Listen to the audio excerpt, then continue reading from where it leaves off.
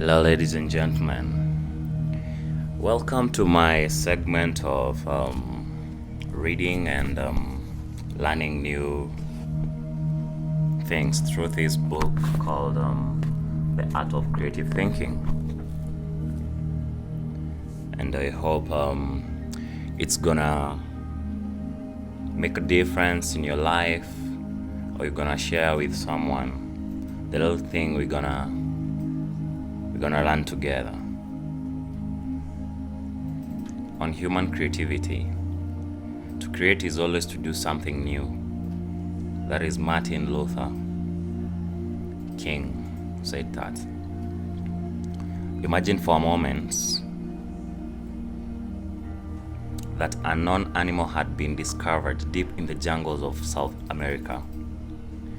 It is destined to replace the dog, and the cat is in cat popularity as a domestic pet during the 90s. What does it took to look like? What are its winning characteristics? Take some paper now and draw it. Make some note about your sketch. Your new animal may have short, silky fur like a mole.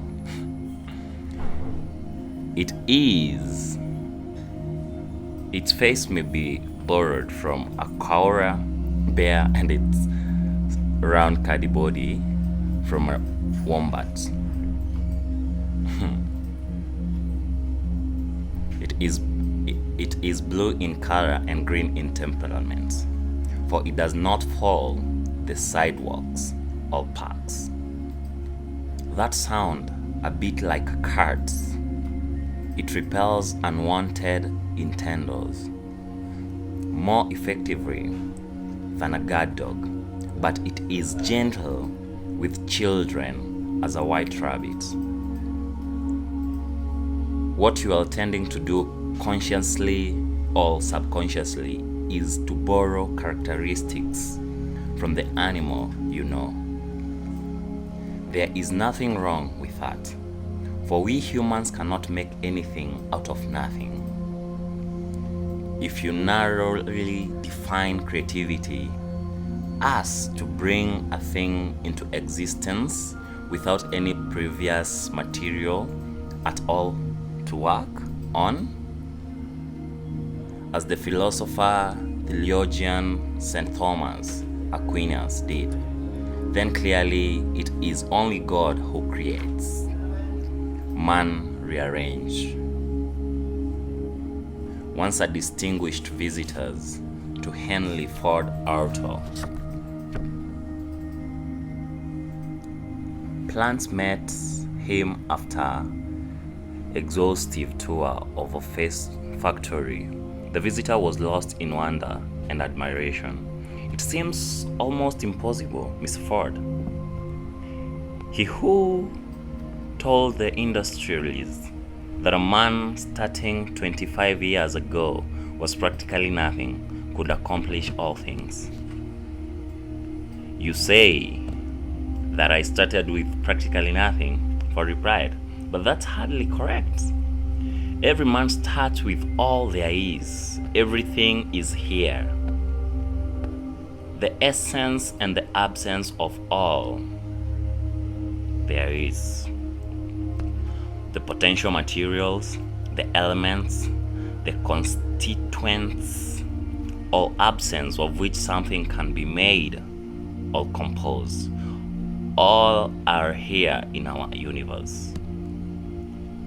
If you look at the opening verse of the book of Genesis, more a poem than a scientific statement, it does not actually say that God created the earth and the sea out of nothing, in the way that it says that he made light, like you or me. The author of that book would find someone creating something out of nothing impossible to imagine, because it is so beyond our experience.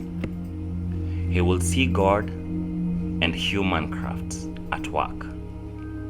The highest analogy he could bring to bear As we know, believe the materials for creation, some 18 billion years ago, when a gigantic explosion inaugurated the chain of being, where gases, clouds, the divine artist transformed these gases into the universe and the world into life and into man. Now we cannot eliminate that feat, but we can make a distance approach to it. Hence, the author of Genesis portrays man as being made in the image of God. You may have noticed that we tend to bestow the word creative on products that are very far reformed from the original raw material used. A masterpiece by Rubens was once a collection of blue, red, yellow, and green worms of paints on the artist's palette. Now the physical material, paints and canvas for an artist, paper and pen for an author, are entirely secondary creation. Here is more in the mind.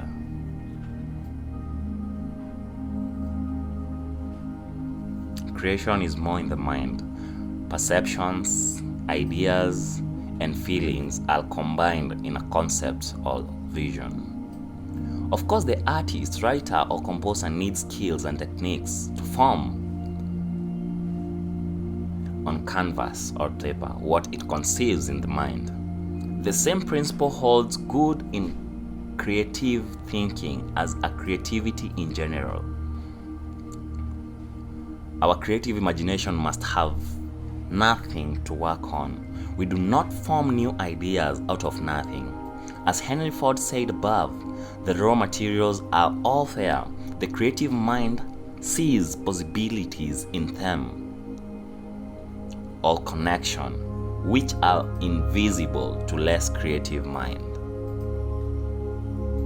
The conclusion brings enormous relief. You do not have to conjure up new ideas from the air. Your task as a creative thinker is to combine ideas and elements which already exist. If the result is unlikely but variable combination of ideas or things that in hitherto were not thought to be linked, then you will be seen as a creative thinker. You will have added values and the synthesis, for a whole is more than the sum of its parts. The key points on that chapter 1: God creates, man rearranges. All creativity in the secondary sense is easier in that we start with what already exists. We recognize creativity where the artist or thinker or genius has transformed the material at hand into a new creation of enduring values. He is most original who adapts from the most sources. You will be creative when you start seeing or making connections between ideas that appears to others to be far apart. The wider the apparent distance, the greater the degree of creative thinking involves. I'm going to repeat that. He is most original who adapts from the most sources. You will be creative when you start seeing or making connections between ideas that appears to others to be far apart. The wider the apparent distance, the greater the degree of creative thinking involved. And that is our first chapter. See you in the next one. Peace. Go create.